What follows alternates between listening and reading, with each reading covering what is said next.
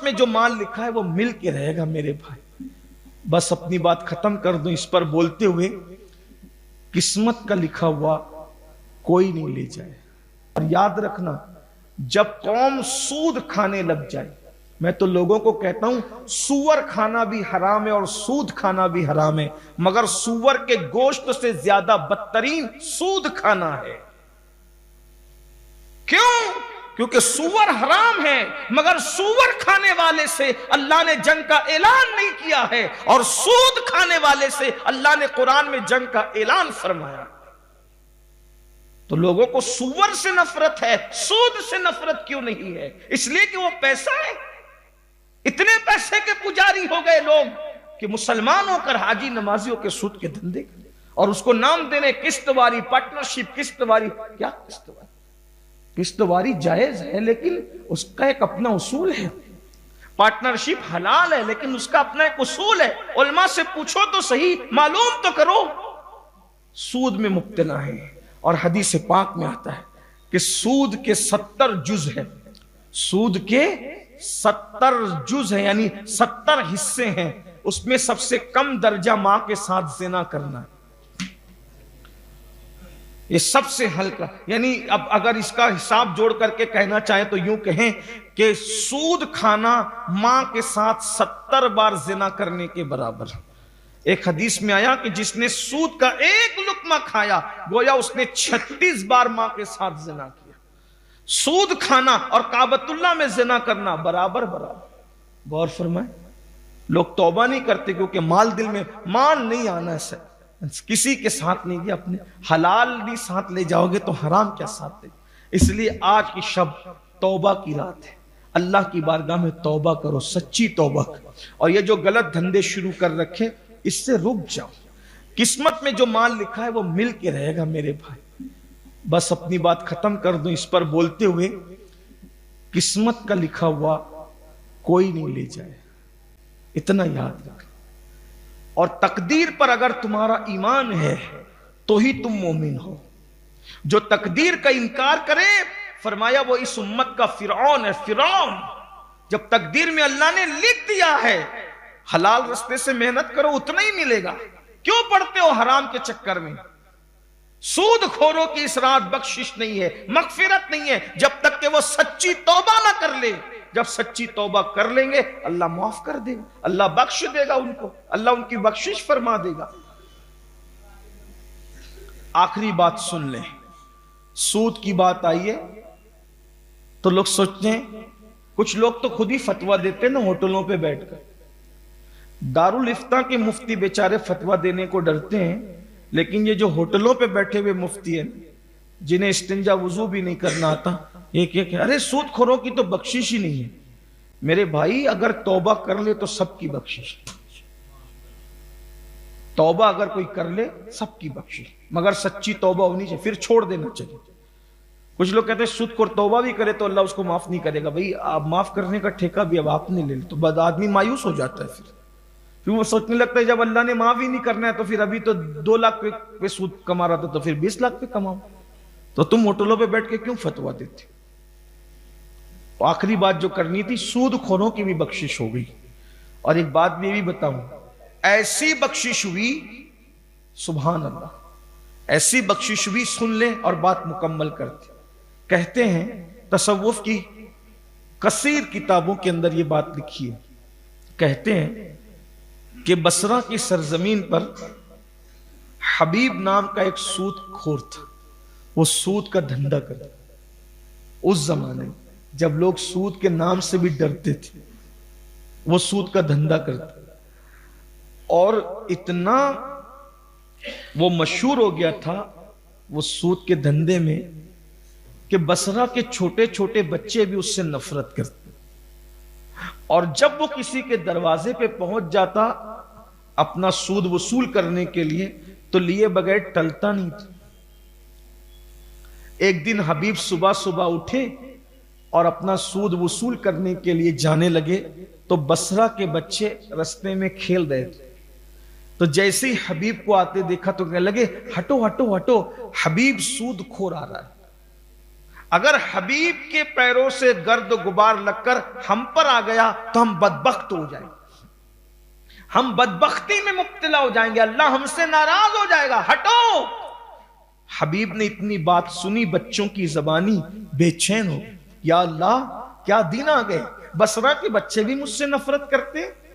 لیکن بہرحال اپنے کام سے گئے، کیونکہ سود خوری کی وجہ سے انسان کا دل کچھ سخت ہو جاتا، بے مروتی پیدا ہو جاتی۔ گئے، ایک سے سود وصول کرنا تھا، دروازے پہ دستک دی، گھر میں مرد نہیں تھا۔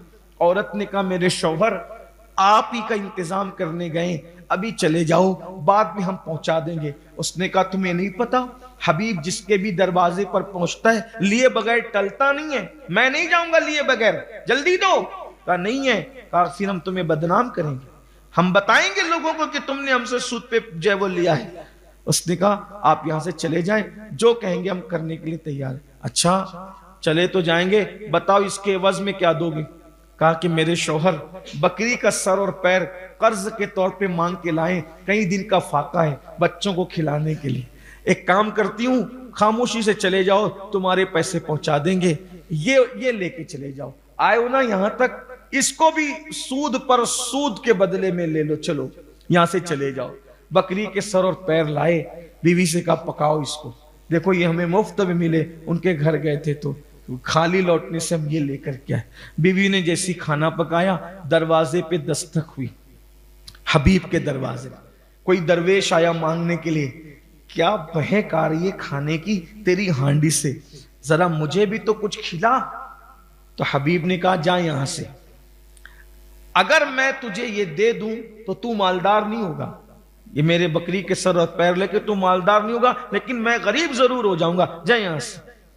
جاتے جاتے اس مرد درویش نے کہا حبیب ایک دن بہت جلد آنے والا ہے، جب اللہ کی عدالت میں انسان کو کھڑے ہونا ہے، بتا تو اللہ کو کیا منہ دکھائے گا، رب کے حضور کیا پیش کرے گا تو، اور کیا اللہ کی بارگاہ میں تیرا عذر پیش کیا جائے گا۔ اور سن لے ظلم کا انجام اچھا نہیں ہوتا، اللہ کی بارگاہ میں جواب دینا۔ اس طرح کی باتیں کر کے وہ چلا گیا۔ پہلے بچوں نے کیا تھا، پھر یہ فقیر نے کر دیا۔ دسترخوان پر جیسی کھانے کے لیے ہانڈی رکھی، ہانڈی سے ڈھکن ہٹایا، بھوک بہت لگی تھی تو دیکھا کہ پورا کھانا خون بن گیا، خون میں تبدیل ہو گیا۔ بیوی نے کہا حبیب میں نے تمہیں سمجھایا کہ تم نے مال کی محبت میں بہت برا کیا، حبیب دیکھو میں سمجھاتی ہوں کہ سود کا دھندا بند کر دو، اچھی چیز نہیں ہے، حرام ہے، ہمارے مذہب میں حرام۔ جو بھی اس نے کہنا تھا کہاں ہوگا۔ حبیب نے صبح بچوں کی بات، پھر فقیر کی بات، پھر بیوی کی بات، اور ہانڈی کے اندر کھانے کا خون بن جانا اس کے دل پر چوٹ کر گیا۔ حبیب نے طے کیا آج انشاءاللہ میں توبہ کروں۔ ہر گناہ کا علاج توبہ میں ہے، بس سچی توبہ کر کے آدمی گناہ چھوڑ دے۔ حبیب نے طے کیا آج میں نے توبہ کر لینی ہے، آج میں نے معافی مانگ لینی ہے۔ لیکن دل میں خیال آیا چلو توبہ کے لیے کسی نیک بندے کے آستانے پر چلتے ہیں۔ خوش نصیب تھے حبیب کہ جس کے آستانے پہ جانا تھا ان دنوں مولا علی کے مرید و خلیفہ امام حسن بصری حیات تھے۔ یہ ان کی خانقاہ میں گئے تو آپ واعظ کر رہے تھے، نصیحت کر رہے تھے، تقریر کر رہے تھے۔ جیسے یہ بھائیوں کو جگہ نہیں ملی تو کیسے یہ کھڑے ہوئے، ایسے کچھ لوگ کھڑے تھے، کچھ لوگ بیٹھے تھے۔ آپ نے کھڑے کھڑے کہا لوگوں توبہ کرو اللہ معاف کرے گا، توبہ کرو اللہ معاف کرے گا، توبہ کرو اللہ معاف کرے گا۔ اور پھر اپنی دھن میں آپ کی زبان سے ایک جملہ نکل گیا، ارے تم کتنے بھی گنہگار ہو حبیب کی طرح تو تم گنہگار نہیں ہو نا، وہ جو حبیب سود خور ہے اس کی طرح تو تم گنہگار نہیں ہو نا۔ اگر آج کی تاریخ میں حبیب بھی توبہ کر لے اللہ اس کو بھی معاف کر دے گا۔ امام حسن بصری کے منہ سے کیا نکلا؟ آپ کو تو خبر کیا تھی کہ کتنے لوگ مجمع میں کتنے لوگ مجمع میں نہیں ہیں؟ ارے اللہ اکبر، اللہ والے تھے لیکن زبان سے نکل گیا اللہ اکبر۔ آپ نے اس کو دیکھا نہیں کہ حبیب موجود ہے، حبیب نے اتنا سنا آنکھ میں آنسو آ گئے، اب میں اتنا پاپی اتنا برا ہوں کہ میں واعظین کی محفل میں اللہ والوں کی محفل میں بطور عبرت پیش کیا جا رہا ہوں۔ ویسے ہی حبیب آگے بڑھ کے آگے کہتے ہیں حضرت یہ آپ نے جو جملہ کہا ہے نا، ایک بار اور کہہ دو. حضرت نے پھر کہا ارے تم کتنے بھی پاپی ہو حبیب کی طرح تو نہیں, اگر آج حبیب بھی توبہ کرے اللہ اسے بھی بخش دے گا. پھر قریب آئے, ایک بار اور کہہ دے یہ جملہ. آپ نے کہا اگر آج حبیب بھی توبہ کرے تو اللہ معاف کر دے گا. پیر پکڑ کے کہا گواہ رہیے حبیب نے توبہ کر لی. آپ گواہ رہیے حبیب. کون ہو تم؟ میں تو حبیب سود کھور, توبہ کرتا ہوں آپ کے ہاتھ میں, اللہ معاف. جو جس کی رقم جتنی ہے سب لوٹا دیں گے, جو جو یاد ہے, جو نہیں یاد ہے وہ وقف ہے اللہ کی راہ. جس کے لیے جو شرع کا حکم ہے وہ دینے کے لیے تیار ہے. توبہ کی, بہت روئے, سود سے کمایا ہوا مال سب واپس کر دیں گے. اب گھر کو جا رہے ہیں, دل پرسکون ہے. دیکھو حرام کھانے اور حرام کمانے والے کتنے ہی مہنگے کپڑے پہن لے, کتنے ہی مہنگے موبائل لے لیں, کتنے بھی مہنگے جو وہ کاریں لے لے, بائک لے لے, کتنے بھی قیمتی گدے لے لیں, رہتے تو وہ بے چین ہیں. اور حلال کمانے والے ہمیشہ سکون سے رہے. حلال کمانے والوں تھوڑا کھاتے ہو, چٹنی مرچی کھاتے ہو, لیکن جو تمہارے پاس سکون ہے وہ حرام دھندے والوں کے پاس نہیں ہے. اسی لیے دیکھنا جلدی سے حلال کمانے والا کسی پہ چڑچڑا پن کرتا نظر نہیں آئے گا, کسی سے جھگڑا کرتا نہ, کیونکہ اس کو اتنا سکون ہے. سکون والا آدمی تھوڑی کسی سے الجھتا پھرے گا, وہ تو پرسکون ہے, مست ہے, اپنی مستی میں مست. یہ جو لوگ گڑبڑ کرتے ہیں نا سارے پرابلم انہی کے ساتھ ہیں. اس لیے حلال کماؤ, سکون سے رہو, حلال کماؤ, چین کی نیند سو. حرام کمانے والے 4 نیند کی گولیاں کھاتے ہیں پھر بھی ان کو سکون کی نیند نہیں آتی. کس چکر میں پھنسے ہو؟ بولے ان کی تو بڑی بلڈنگ ہے, ان کی تو بڑی کاریں, ارے ان سے اچھے تم ہو. ان کو بلڈنگوں میں بھی سکون کی نیند نہیں ہے, کاروں میں بھی اطمینان نہیں ہے, اور تم جھوپڑے میں مست سو رہے ہو. مئی کی گرمی ہے, پترے کا جھوپڑا ہے, پھر بھی تمہیں کتنی اچھی نیند آ رہی ہے. یہ اللہ کا کرم ہے. رمضان شریف میں رات میں چلا کر کے دن میں سونے والے سے پوچھو 11 بجے کے بعد کیسی دھوپ کے چٹکے لگتے ہیں, لیکن برابر وہ سوتا ہے لوم کا مزدور, کیونکہ حلال کماتا. اگر وہ حلال کماتا ہے تو حلال کمانے والوں کو ریت پہ بھی سکون کی نیند آتی ہے. اور ایک جملہ اور سن لیں, حلال کمانے والے زمین پہ بھی سکون سے سوتے ہیں اور زمین کے اندر بھی سکون سے سوتے ہیں. ہاں, اس لیے حلال کو لازم پکڑو, دنیا کے چکر میں نہ پڑو. اگر دل دکھانے کی چیز رہتی تو پتا چلتا نا کہ وہ کتنے بے چین ہیں. دل چھپی ہوئی چیز ہے, ان کو سکون نہیں ہے. سود والوں کو, چوری والوں کو, حرام دندے کرنے والوں کو, ان کو سکون نہیں ہے. سکون اللہ نے تمہیں عطا کیا ہے. کسی نے بہت اچھی بات کہی تھی, کہا تھا کہ سو جاتے ہیں فٹ پاتھ پہ اخبار بچھا کے, مزدور کبھی نیند کی گولی نہیں کھاتے. اللہ تعالیٰ نے تمہیں بہت سکون عطا کیا, اس لیے حلال چھوڑ کے اپنا سکون غارت مت کرو. وہ ڈاکٹروں کے چکر میں پھنسے ہوئے, یہ گولی دے دو تو سکون کی نیند ہے, نہیں آ رہی, سکون کی نیند نہیں ہے. اور یہاں تو کم آ رہی ہے, اس سے زیادہ بے چینی قبر کے اندر ہے ان کے لیے. تو حبیب نے توبہ کر لی, پرسکون ہو گئے. اور جب پرسکون ہو گئے جانے لگے تو ابھی بھی بچے کھیل رہے تھے, ابھی بھی وہ بچے جو کھیل رہے تھے, ابھی بھی اتنے سارے معاملات میں اب بھی وہ بچے کھیل رہے تھے.